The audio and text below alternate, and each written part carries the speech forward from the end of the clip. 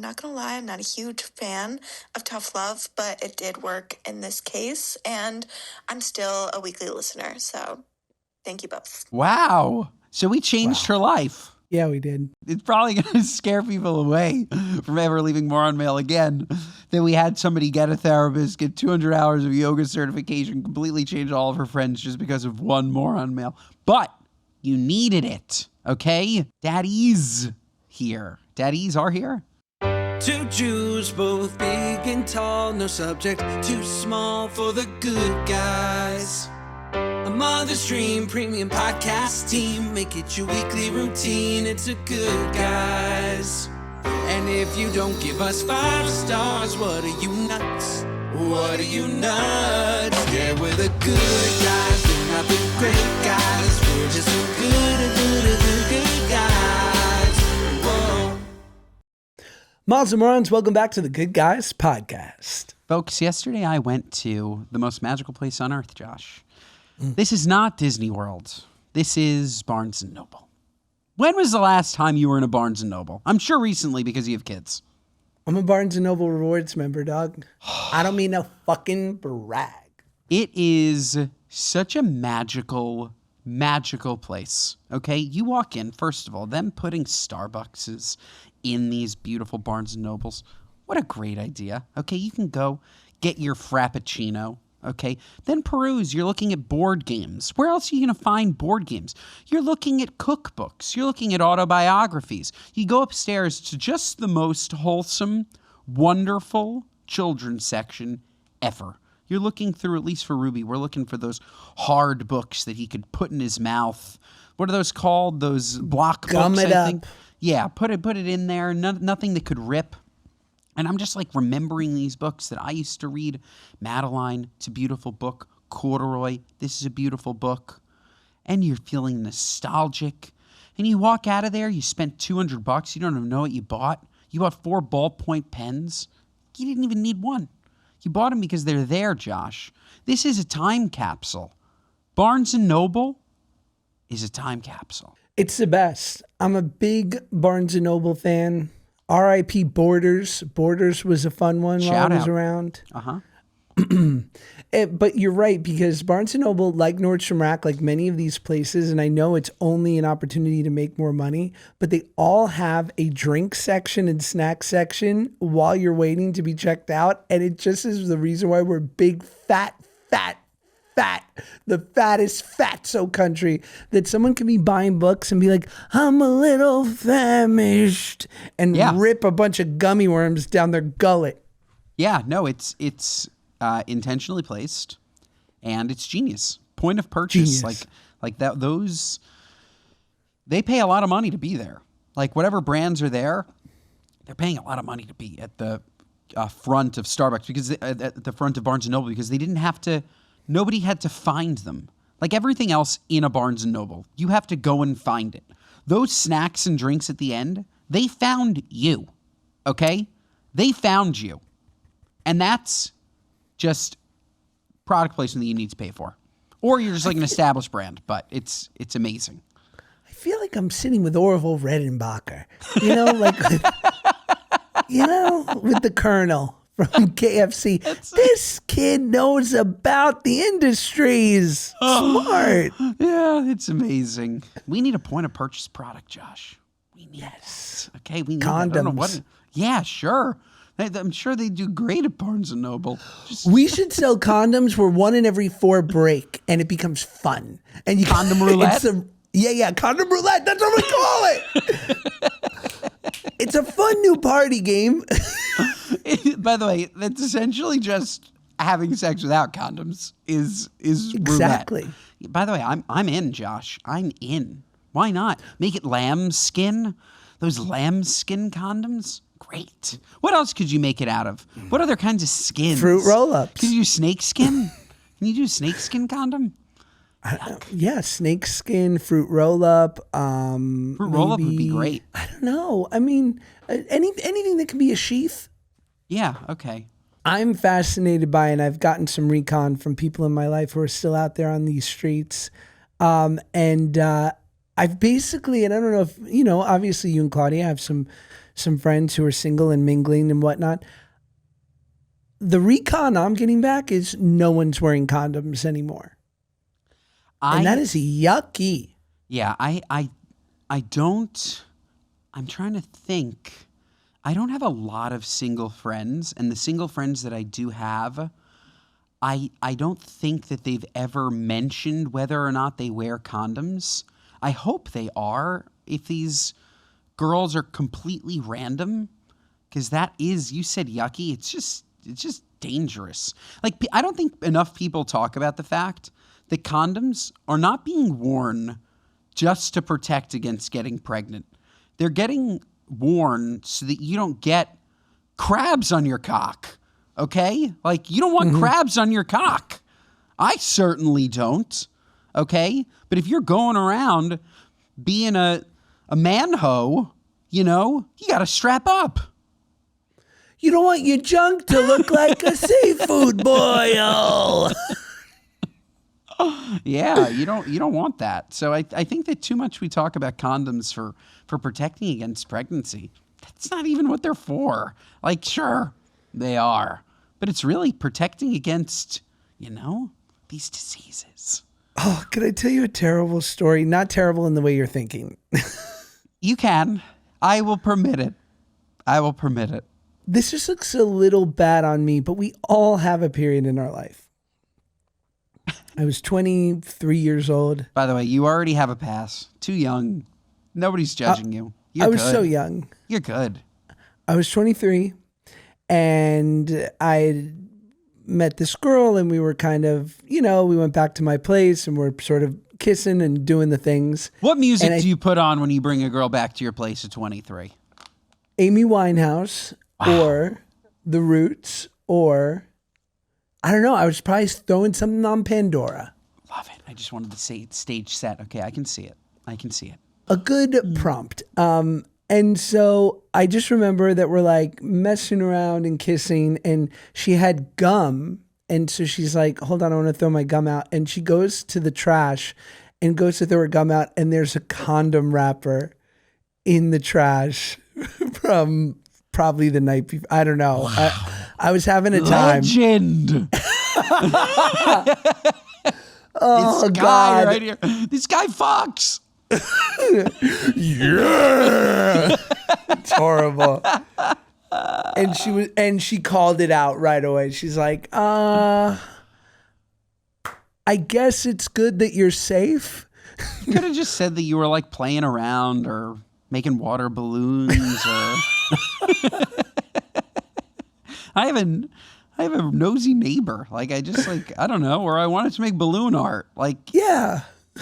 Like, you want to see my balloon art? You should have then taken a condom, blown it up, and made like a giraffe. Literally, you don't understand.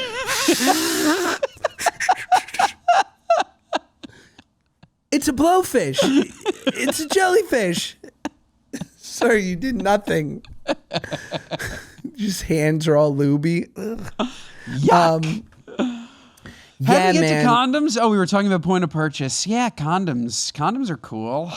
But the end of the story is she was like, at least it's good that you are being safe. I gotta go. I was like, I don't blame you, but thank you for coming over.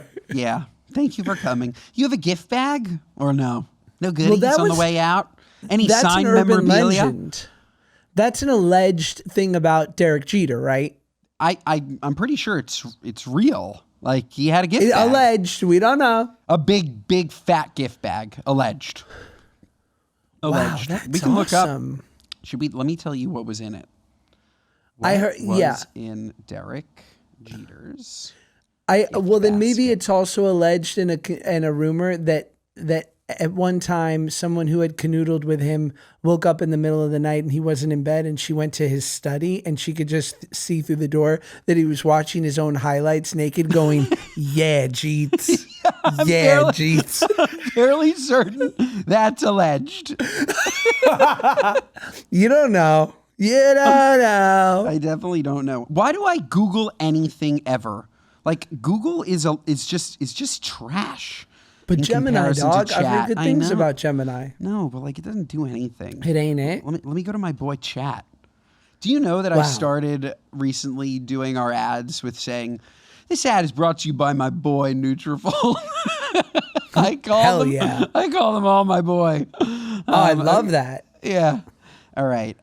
There's a long-running rumor that during his playing days, Derek Jeter would send women he spent the night with home next day with a gift basket filled with an autographed baseball by Derek Jeter, pennants, bats, tickets. However, Jeter himself has repeatedly denied that he ever actually gave out those gift baskets. All right. Well, enough said. He denied it. You see, Chat, they always know.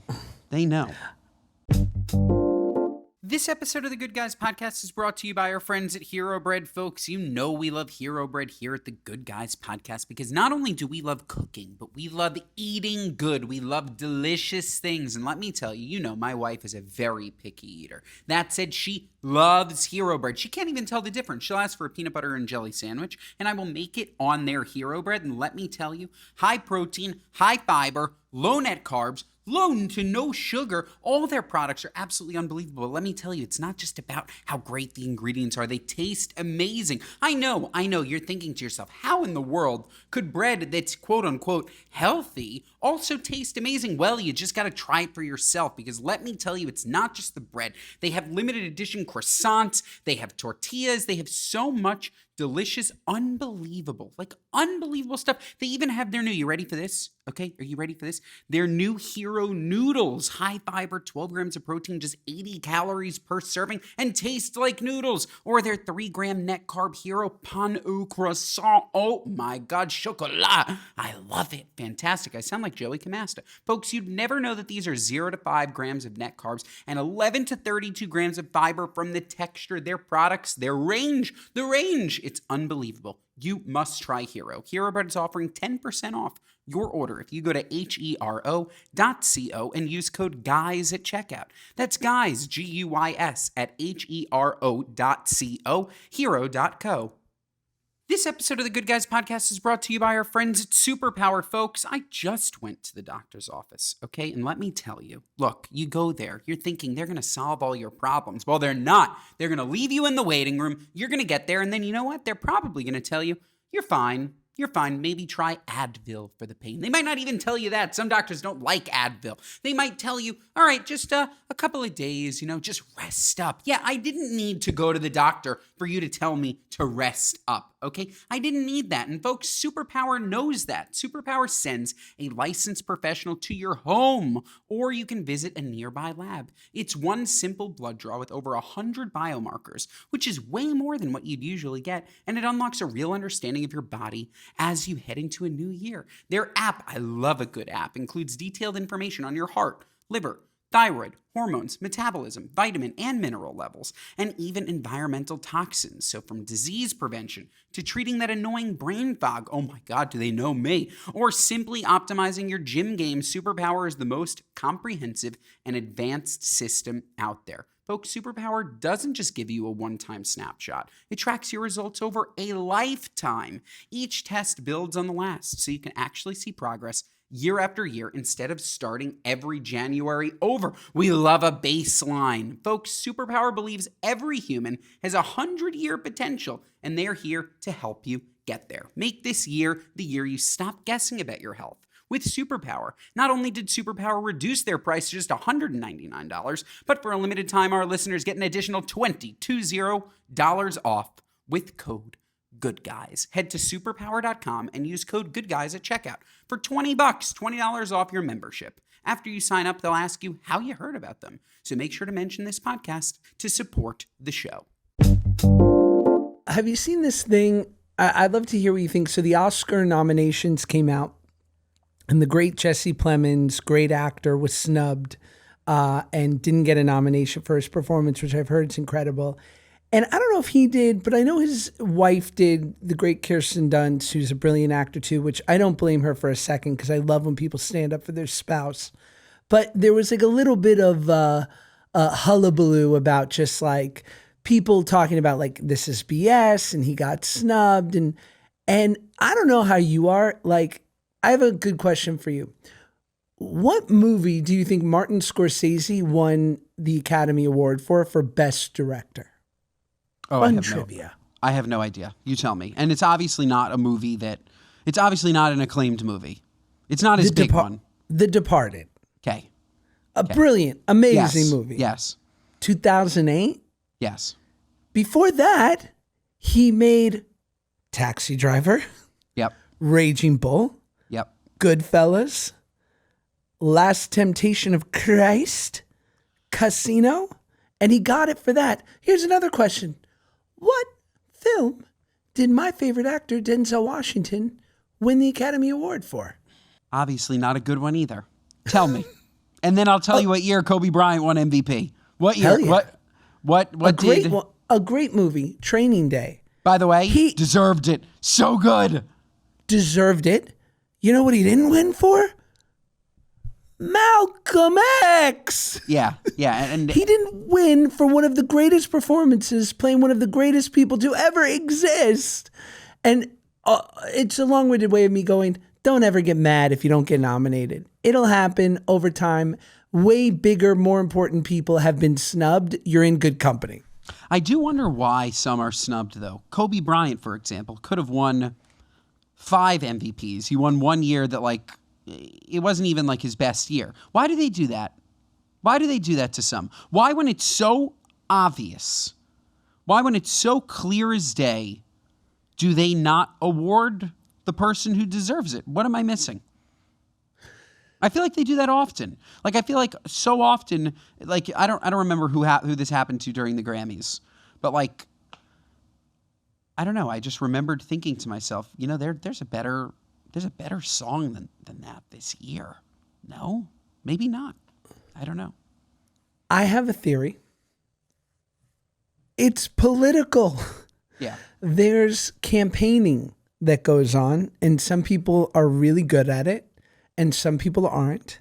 I think that there's 2 types of people that win the Academy Award, in my estimation.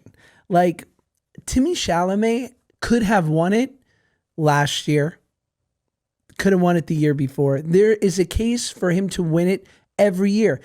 Because he is a DiCaprio, Meryl Streep type. I will bet you over the next 20 years, half the things he does, totally there'd be an argument that he could win. He'll probably win this year. Yeah. And I have another opinion on that because I just saw a movie where I was like, oh my God.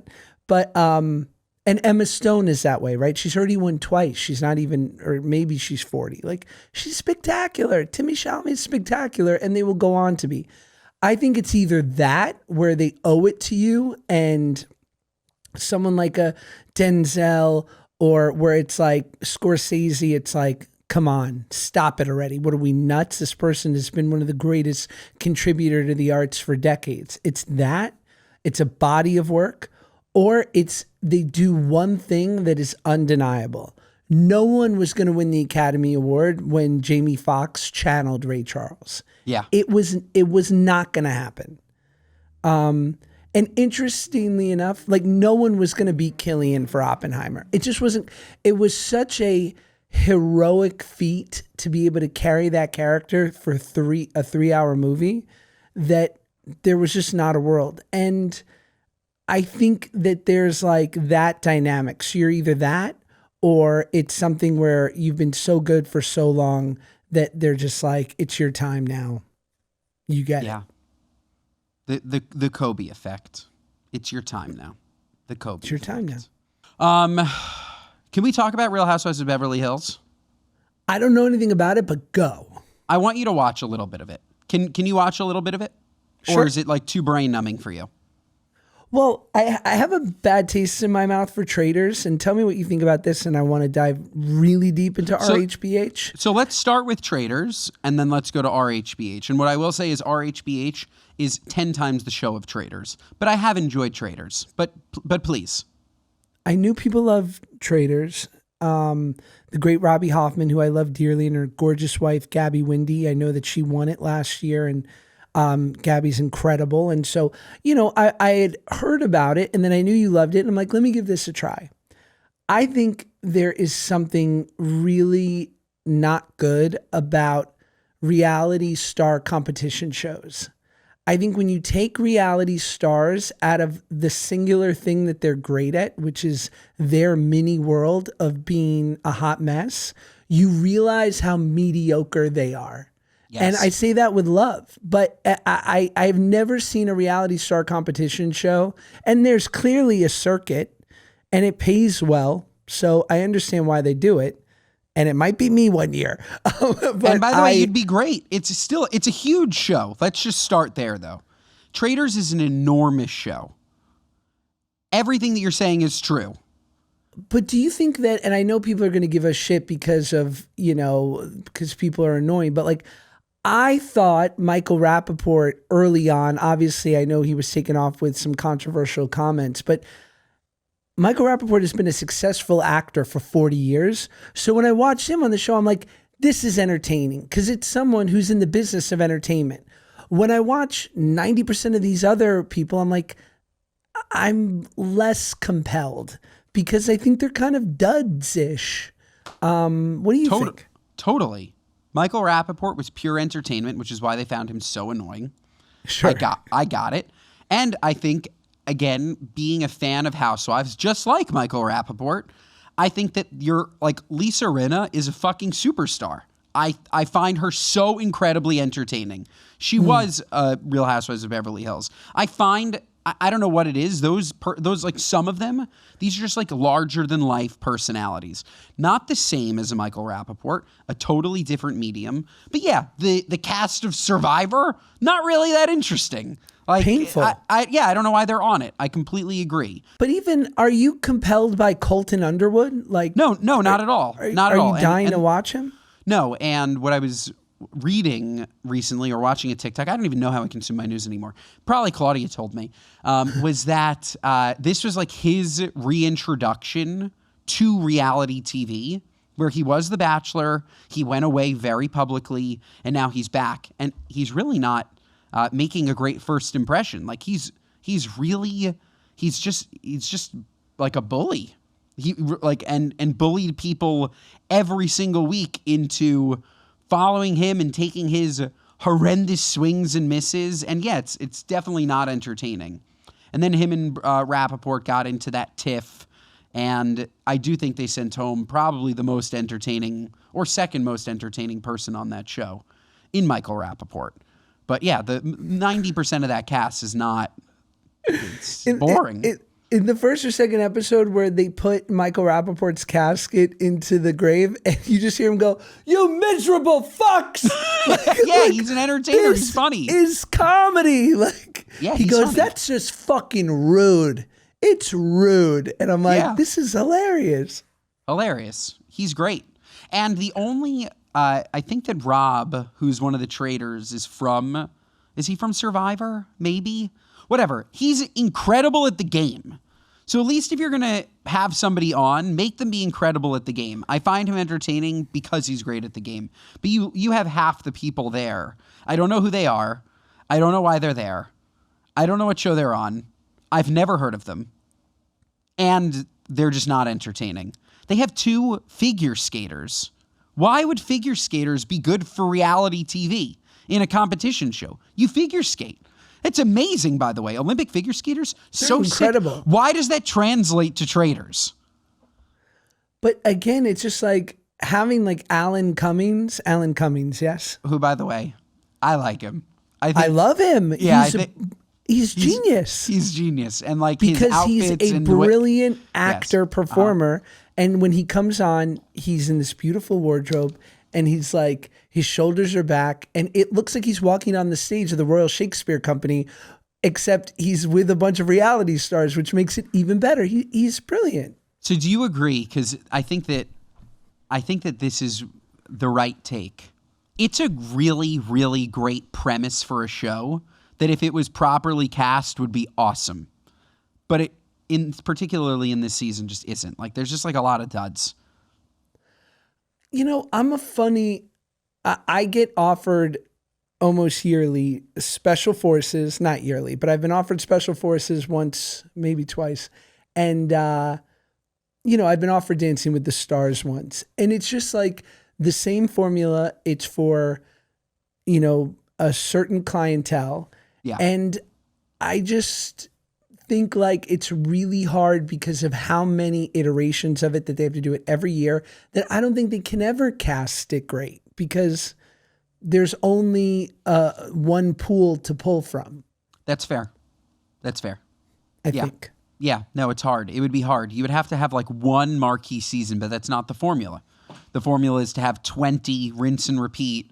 That's the way that they end up making money on a monster franchise.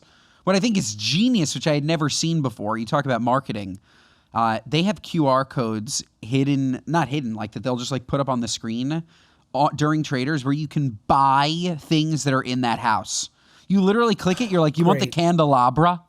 You want the, like, you're looking at this like sick scene in like an Irish castle and you can buy it. I just thought that was genius. So smart. It also goes to show like just the world that we're heading into with live shopping and all of that. It's wild. It's wild. So tell me about Real Housewives. Okay. So spoiler alert. Okay. I'm fully caught up. Apparently this is weekly. We watched the first 6 episodes. I'm loving it. I can give you details into each person. I would really like you to watch it, though. I think that it would be interesting. But I'll just say the big thing that happened this week, or you know what? I'm going to tell you all the characters and if I like them or not. Kyle Richards, fantastic. She's great. She's an OG. Dorit, fantastic. OG, big fan. There's and this only girl a letter away from Dorito. And only a letter away from Dorito. Sutton, this woman's miserable. Okay? Miserable.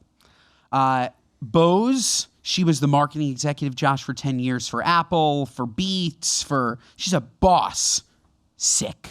I love her. She's amazing. Fantastic. Jennifer, Tilly.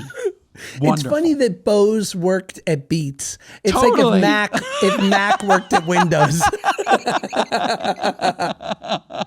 Sorry. Huge miss. Oh, they should hire her. Jennifer Tilly, Erica Jane, fantastic. Oh, come on. She's great. OG. She's Rachel Zoe. Rachel Zoe is a new housewife. Awesome. So fun. Josh, this woman, Amanda Francis. Awful. Awful, awful, awful. So the big storyline of the season is Amanda Francis. She's the youngest of the housewives. I think she's like late 30s. Made all of her money from online coursing about how to manifest being rich. That's all you need to know about her personality. Gotcha. She came in, she bought Kyle Richards' old house. Very like a beloved house with like these like white and black marble floors. She like did a public demolition, ripping up the floors. So like everybody was already like, all right, this woman, she's coming in like with ill intentions. She comes on the show. You've never seen somebody talk more about Chanel, Louis Vuitton, wear more of them. And again, read the room. You're in rooms. Jennifer Tilly has like $300 million. Or she makes like there's something like she makes like $300 million a year. I think she has 10% of The Simpsons. Her ex-husband made The Simpsons and she has 10% of The Simpsons. The actor Jennifer Tilly? Yeah, yes. And was she married to Sam Simon? I don't know who she was married to. I know that she was married. Is that the only creator of The Simpsons? No, Matt Groening was the other one. Look the that up. major one. Yeah, Okay. no. Fact check me first, because I'm pretty sure I'm right, that she has like 10 or 11% of The Simpsons. Yeah, her husband was Sam Simon. There you go. Okay. So really rich. So when you're really rich and you're in a room with really rich women, Kathy Hilton often makes an appearance on the show. Really rich women. You wearing head to toe Louis Vuitton, you're a poser. Like you look like a poser. They'll say like, oh, I bought this bag. She'll be like, oh, I have 6 of them. It's like, okay, Amanda, relax. Okay, relax. It's like me with my Trader Joe's totes. I have it in every color. They're great totes. And Josh, what came to a head this week, Dorit is going through a very public divorce from her husband, PK. And there was some talking behind the scenes. Amanda's like, you shouldn't be publicly trashing PK. It'll come back to bite you in the ass during the divorce. Dorit brings it up at this dinner party and puts Amanda in the hot seat. And Amanda goes, I really don't want to talk about this right now. It's the anniversary of my son's death. She had twins. One died at 5 days old. They were both preterm in the NICU. And Dorit's like, oh my, like all of them are like, whoa, like an atomic bomb went off. They're sitting at a dinner. They're not talking about anything serious. It's just regular Real Housewife drama. All of a sudden, she throws in that it's the anniversary of her 5-day-old's death 3 years ago. And everybody's like, we're so sorry. This is terrible. We don't have to talk about it anymore. She reintroduces the argument, and then Dorit starts talking about the argument again. They sort of like breeze past this big drama. And now the entire season is just about how insensitive Dorit is because of the way that she reacted to this news. That was like, me and you are having an argument, okay? We don't know each other so well. We're having an argument, and all of a sudden you use the worst thing that's ever happened to you in your life as a rebuttal to what we're talking about. And Josh, this is everywhere. This is everywhere. So that's my recap. Wow. That's my All Real right, I'm Housewives going to have to recap. watch. And we'll see. If you guys liked my recap, we'll do it again. If not, you're going to hear it again because I'm obsessed. You love it. This show is must-see TV. This is great. It's great drama. It's fun. I love it. Cute. I love. Yeah. I like when you're passionate. I'm passionate. This episode of the Good Guys podcast is brought to you by our friends at Kachava. Folks, you love Kachava. I love Kachava because we love wellness. 2026, it's the year of wellness. It's the year of meditation. It was the year of supplements. Now it's less supplements, but it's still some supplements. Okay, I can't go cold turkey. I still need something. Maybe something for energy. Maybe something for digestion, strength, metabolism, cognition, immunity. Does that sound like something you'd be interested in? Well, then you would love Kachava. You would love it because Kachava provides clean nutrition to fuel wherever your day takes you. No fillers, no nonsense, no nothing. No artificial flavors, colors, or sweeteners. Non-GMO, no soy, no animal products, no gluten, and no preservatives. Just 2 scoops of Kachava provide 25 grams of protein, 6 grams of fiber, greens, adaptogens, and so much more.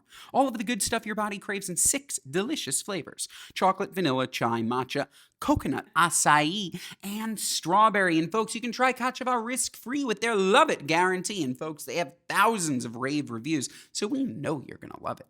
Stick with your wellness goals by going to Kachava.com and use code GOODGUYS for 15% off. That's Kachava, Kachava.com, code GOODGUYS. Folks, Kachava.com, code GOODGUYS for 15% off your order today.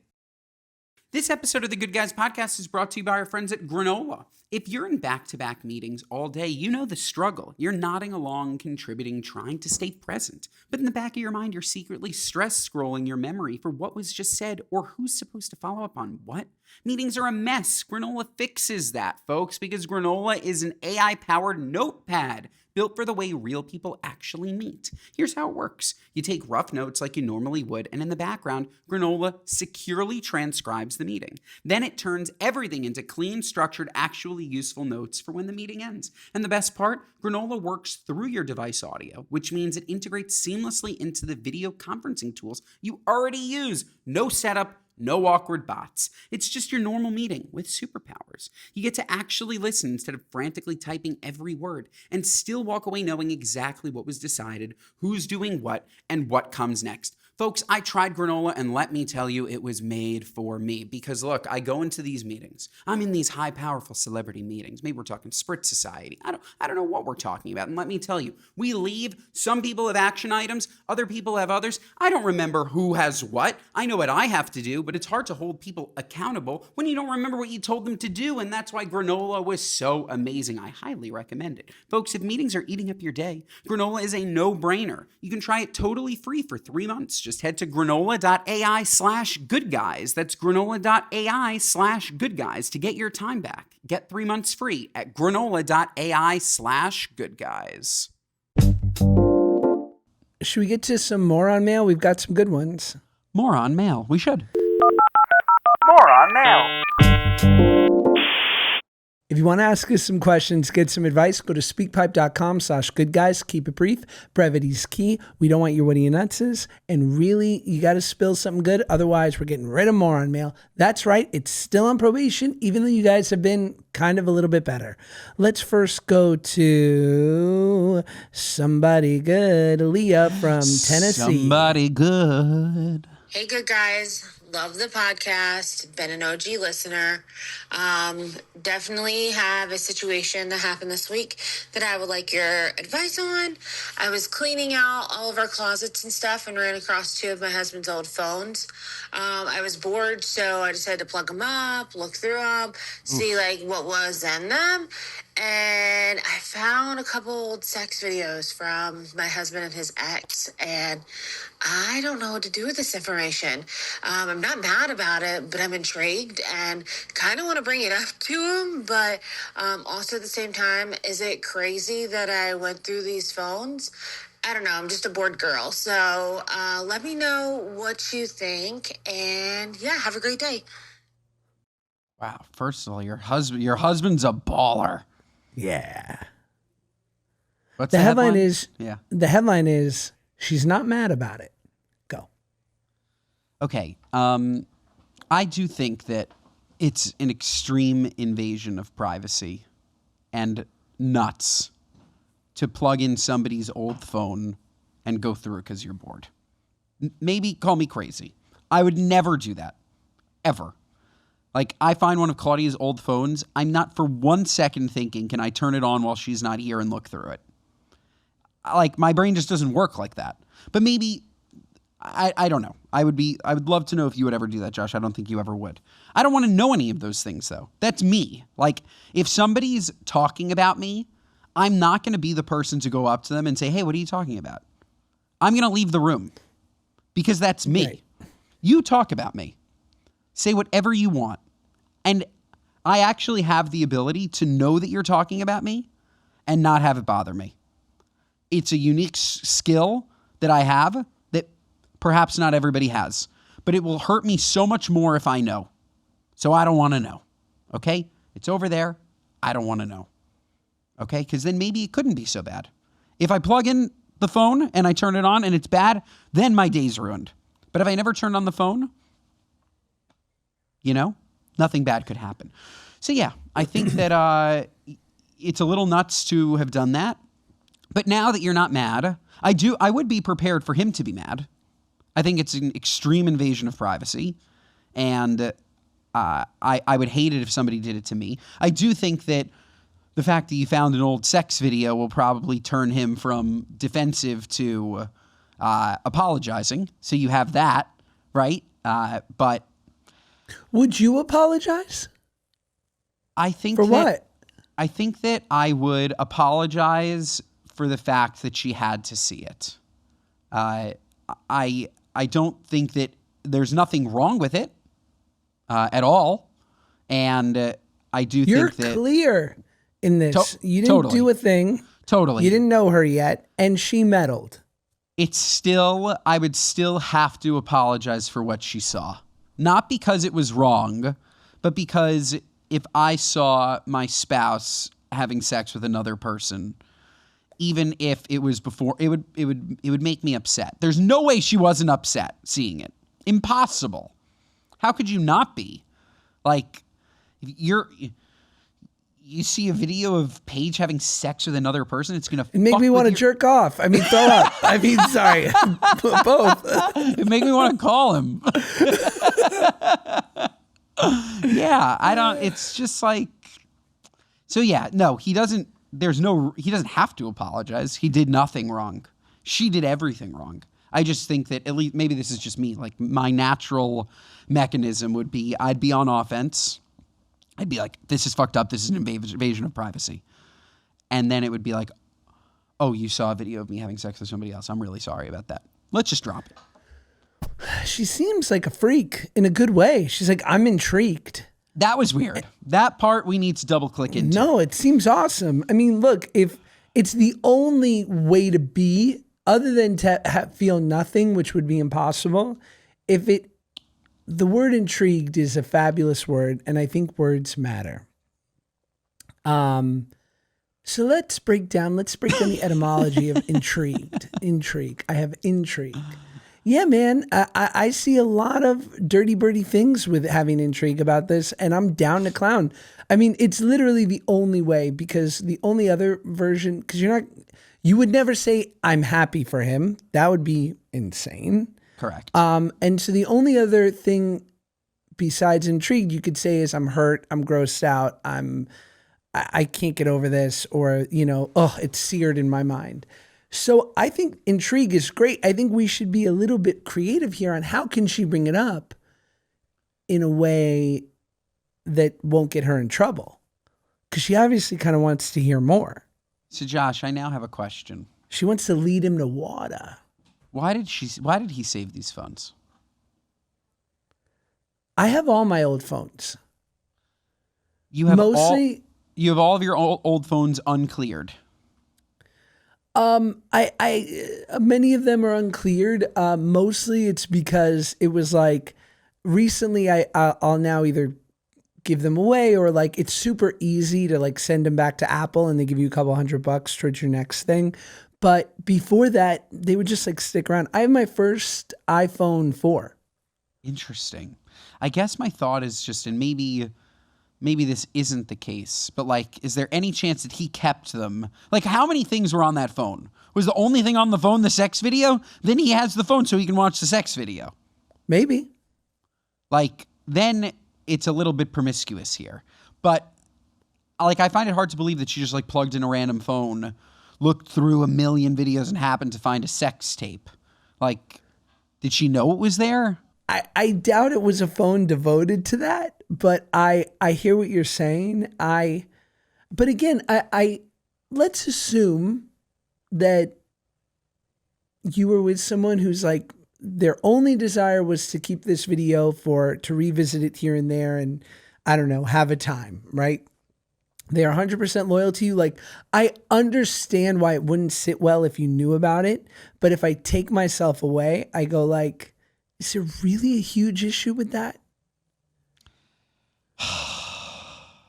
It's fun to chat about. It's fun to debate.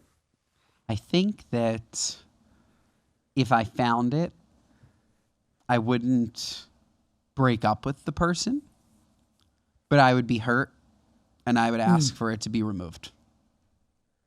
Do I think it's cheating? No. Do I think it's a shot to the ego that you in a committed relationship need to fantasize? It's like different than porn. It's like you with another person on video. You had that. It's almost like you're longing for that experience over what we have now. So it would deeply hurt me. I would move past it, but it would deeply hurt me. You? So let me ask you another question. I would be hurt, absolutely. I think there would be a huge differentiation between if I suspected they were still in love with them, or had like, if there was any connection still, like they were holding on to it for anything other than it was like this kink that they enjoyed. Sure. Then it would be a wrap. I'd be like, we're done. Goodbye. You cannot let go of this thing. You clearly have like even an inkling of feeling that that's not clean. But if it was just for adult purposes, I don't know. I think you tell me this, and this is something that I advocate to married couples, whatever they're into. But what I think is like, I'm pretty vanilla when it comes to that stuff, right? Like, I love having a partner. I don't ever want to get tied up. Not my thing. God bless you if it is. Like, obviously, like the things you see, in movies and TV and all that kind of like stereotypes of kinks that people have. Like, I kind of just like love being with my partner, being with my wife and in a pretty vanilla way. That being said, and I would say this to all people who are in relationships, like, if you want to have fantasy, if you want to have talk with your partner and just like, and it's fun, like, I don't think that should ever be judged. In fact, I think it should be encouraged, right? Because it's like, let like let your mind take you to the craziest place while you're with your partner. And it means nothing more than they felt safe enough to explore this and let themselves be taken away in this fun, like fantasy while they're with their safe partner who they are loyal to. And I think I would just hate this idea that someone was with someone and they were like, and then, somebody else walks in the room and their partner goes, ew. And they're like, hey, like, what are we talking about here? Right? Like, shouldn't you be free? What do you think? I completely agree. That said, you have to know your partner. Sure. And it's a real shame if you're married to somebody that isn't open and you're open. But it's very, very important that before you get married that you understand, is this a safe space? And for good relationships, it's more than a safe space. It's an encouraged space, and it's one that keeps, I think, relationships very interesting all the time. It's like, right. I think that if I have to think about the people who cheat and why they cheat, I've never thought about it, but it might be the person who wants to dirty talk, their spouse finds it repulsive, and so they'll find somebody else to dirty talk to. That's it. Like it's on that, it's that small. It's like if you make your partner feel small for being honest with you, then be prepared for the consequences of your actions. That's not to say that somebody deserved to be cheated on, but that is like the rare example where if you know that somebody is like this, they have that, they like whatever it is, and you make them feel bad for it time after time, they're going to find somebody that makes them feel good about it. So true. Yeah, I totally agree with you. And we should encourage our married couples to spice it up. Just don't bring me into your bedroom, okay? Don't do that, okay? Leave me out of it. No, I'll be like, you and I are in here, Paige, and then Ben's making a spread downstairs for when we're done. Ben's like, more penne vodka? Stay down there, Ben. Ben has 3 cigarettes and a plate of chicken parm waiting for us downstairs. Oh, great. That's hysterical. Let's hear a follow-up from Anonymous. Hey, good guys. Calling back with a long overdue update. I don't know if you remember this. It was probably over a year ago, but I called about my boyfriend's boys' trip to Europe. You guys were not on my side in the situation. I think you called me insufferable. And it hurt my feelings a little bit. I'm not going to lie. However, it did kind of light a fire under my ass to look inwards, and there was a little bit of a jealousy aspect to it. So I started going to therapy. I started seeing a psychiatrist. I'm medicated. I did a 200-hour yoga teaching certification. I'm now a yoga teacher. I have my own community of friends that align closer with the things that I like to do on a day-to-day basis, and I'm doing much better in my life. And I'm not gonna lie, I'm not a huge fan of tough love, but it did work in this case, and I'm still a weekly listener. So thank you both. We love you. Wow. So we changed her life. Fuck yeah, we did. Okay. I'm just saying, like, you guys are coming, leaving these weak-ass moron mails. And when you come with the good shit, we can change your life. Okay? We save you. Yeah, you're going to need... it's probably going to scare people away from ever leaving Moron Mail again. That we had somebody get a therapist, get 200 hours of yoga certification, completely change all of her friends just because of one Moron Mail. But you needed it, okay? When we're here, Daddy's here. Yeah. Daddy's here. Daddies are here. The daddies are in. Yuck. So let me tell you this, and I think it's created conflict between you and I before. I know I'm wrong, but I kind of don't think there's anything other than tough love. When we're really talking about change, I think there's, when you love someone, consoling them. I think there's having empathy, being there, being a shoulder to cry on. But let's not confuse it with any version of change or help. Does that make sense? It does. I would say that the best way to force change that I know of is definitely tough love, for sure. That said, you have to know who you're talking to, and to ruin a pure person also really stinks. Like, some people can't handle tough love. Some people weren't built for it. Some people weren't built to have that change, maybe, that you're talking about. Maybe you didn't need to change them. I'm sure that in terms of the big things, let's say sobriety or something like that, a tough love is probably needed.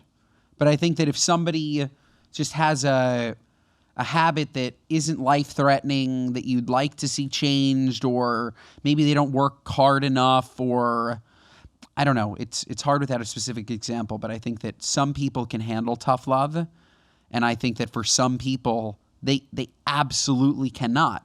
They can't. Like, if you tried, like I would never, ever, ever use tough love on my sister or my mom. Not because they couldn't handle it, because I have too much respect for them to give them tough love.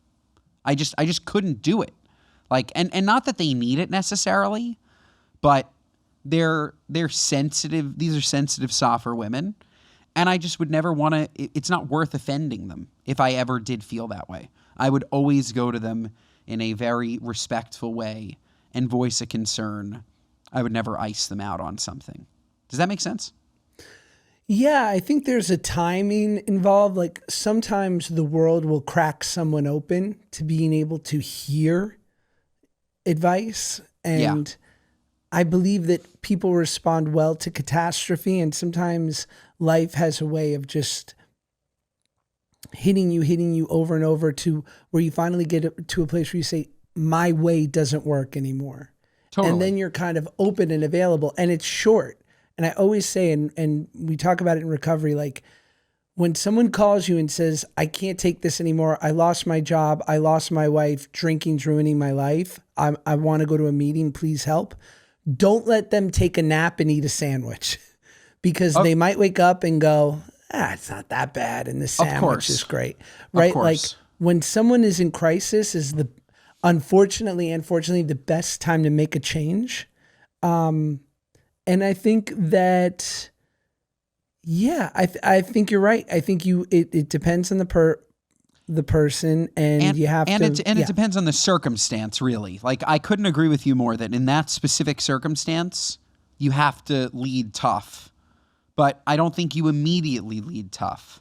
Like, what comes to mind is that I think the conversation that we had about this where we lightly disagreed was the Charlie Sheen, Martin Sheen conversation, where Martin Sheen, for the most part, has not led with tough love.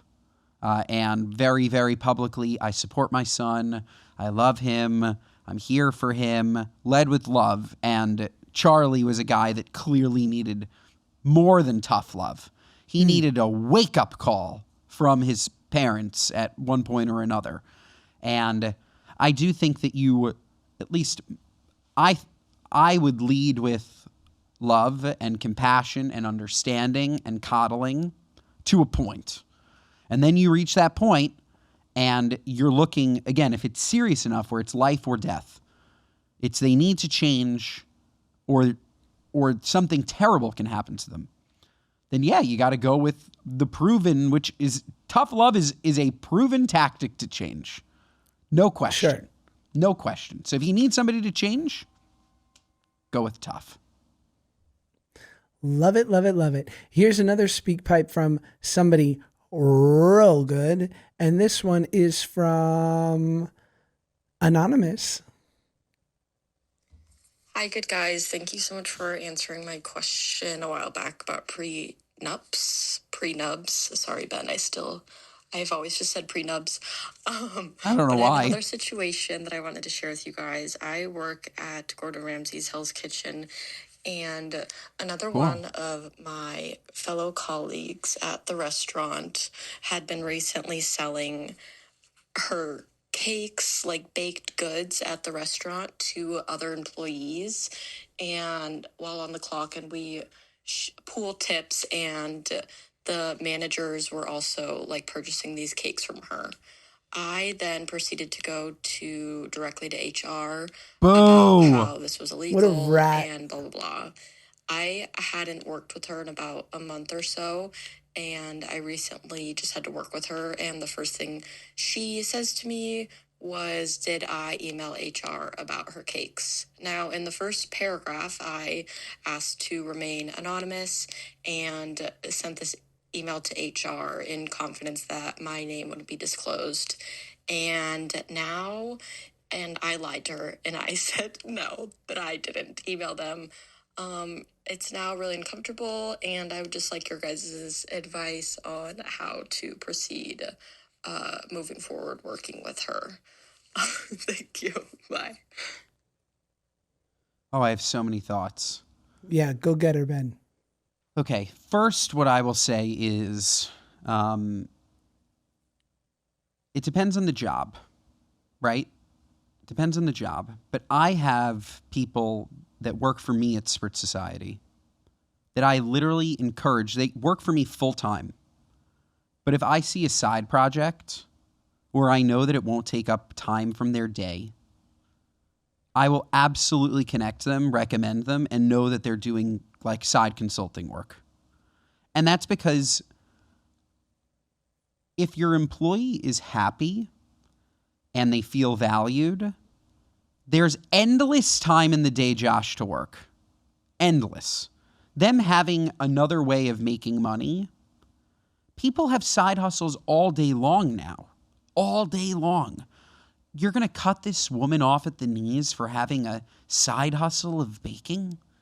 It's just For her fellow employees. She's not selling it to the people eating at the restaurant. But even if she was, who gives a shit? No, It's not you your can't place. do that. No. You can't do that because you can't sell homemade goods to consumers without having in someone else's restaurant, without having a commercial kitchen. Of course not. You in it. 100% can't do that. She Of was selling it course. to her fellow employees and friends at the company. It's just important to make that clear because it is at a restaurant. Sure. That's all At I'm the saying. restaurant, no question. You cannot do that. But even if she was handing out, hypothetically, a QR code on a business card for Goldbelly to ship these cakes to customers after the fact, it's just not her place.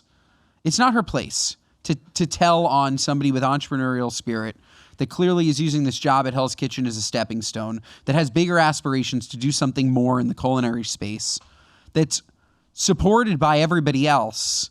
It feels so tattletale-y. You said rat. It's just gross. It's bad karma. Gross. It's bad karma.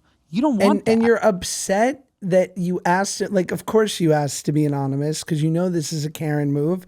And you're upset that there's probably a handful of people that work there and that she's deduced that Karen over there, sous chef number 5, in the crinkled chef whites, that perhaps you are the one. Like, it's uncomfortable because you did something whack and now you're having to live with the discomfort you created.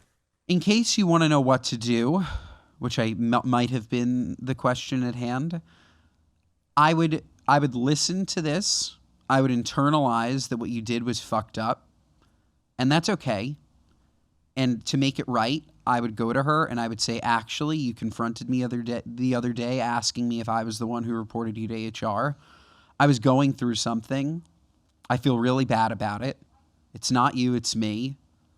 I'm really sorry. I did do that. And if I can ever make it up to you in another way, please let me know. And I think you'll feel much better. Or you'll get punched in the face. Either one you deserve. But then it'll be over. But if you just hold it and you're working with this person, it'll kill you. It's a terrible work environment. I would come clean. Maybe the real crime is the baked goods aren't that good. In which case, sorry. Well, honey. that's another question too. That's another question too. We don't even know what kind of baked good. So true. Here's one from Anonymous.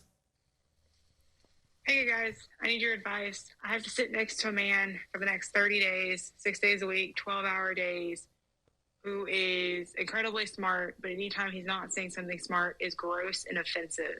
Unfortunately, he is the director over the project that I am on, and I have to be in the room most of the time to be able to report out on different maintenance activities that are going on. I don't know how to ignore him. I do my best putting AirPods in and just staying in my own lane, but sometimes I can't take it anymore and I have to say something. So what advice do you have for me to just be able to do my job, do it well, keep my head down, and not become totally pissed off at the end of the day because of this man? Don't suck it up and just move on. Say something to him. Most people, when confronted, say sorry. If not, then it's a totally different story. But this is not like the last speak pipe, okay? This is very different. If you're sitting in a workplace environment and your boss is making you uncomfortable, I would highly recommend going to that person and saying, hey, I don't know if you realize this or not, but when you say that, it doesn't make me feel very good. Do you mind changing the way that you speak? Do you mind changing what you're saying? And I think that 9 times out of 10, Josh, that person would just change the way that they're saying something. Maybe he doesn't even realize it. Maybe he thinks he's being funny. I would certainly start there and see if that works. If not, then this is not like the suck it up and take it. You have to go there every day. And if it's really a terrible work environment for you, then you should figure that out. Word up. I agree. Yeah. I agree. And I think there's something easy about like just putting it all like, I think there's a good way if you like the person or you're okay with the person, say it hard and quick. Be like, listen, I like working with you. I think you're smart. Here's my issue. It's got to stop. It grosses me out. Otherwise, I can't continue to work this way and I'm going to have to do some other things. But I'm giving you the opportunity. Can you please just be mindful of that? And this is the only time I'm going to ask. Boom. Don't make it a 20-minute thing, 60 seconds, bong. They have the opportunity to adjust or not. If they don't, take it to HR and escalate. And definitely start with the person. Like what our last speak pipe caller got wrong, Josh, she should have gone to the baker and I don't know, first talk to the baker. I don't know why she reported the poor girl that was baking and selling her baked goods. It's so messed up. But like at least first go to her and say, hey, you know, we pool tips. I don't think you're working as hard as you should be. Can we figure something out? Instead of just running to HR like a rat. Don't be a rat. Go and talk to the person and see if you can enact change. Unless she's leaving out, like you're right. And maybe I want to make sure that we got it right. Is she saying we pool tips and instead of her working hard, she's baking at work? I think so. I think she could be saying that. Okay, well then that's bullshit. Then she's right. And I take it all back. I don't Fuck think that. she's not 100% right for going to HR without going to the girl. You cannot bake. If I was Gordon Ramsay and you are baking on the clock, you're fucking fired. Great. Fuck that. So Gordon Ramsay should do that. Or her boss But should do that. she's 100%. You don't bake on the clock at a restaurant. This isn't like you would be looking at TMZ at your desk job instead. So you're like doing a little writing on the side. We're in a restaurant. You're using all of this to bake your goods? Nah, you can't do that. I wonder if that's the case. If that's the case, I'm with her. If she's baking on the clock and selling goods to the employees on the clock, then I'm with her. I would agree. Right. I don't think that it was that. I think there was something about pooling tips, though.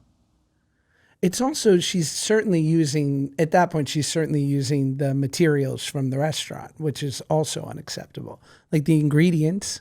You think she's bringing her own flour? If she's actually baking there, it's a problem. It's stealing. Yeah, You're stealing time from your employer. Yeah, you can't bake on the clock. You can't bake on the clock. No, You want to do What Are You Nuts? Now I'm curious. Do we get it wrong? I don't think so. Yes, What Are You Nuts? What Are You Nuts? Our What Are You Nuts moment of the week are our gripes with people, places, and things, both big and tall. I kind of feel bad if we were wrong. We were so mean to that girl. Anyway, What Are You Nuts? I don't know. Were we wrong? Well, listen, hun, that sounds demeaning. Listen, legs.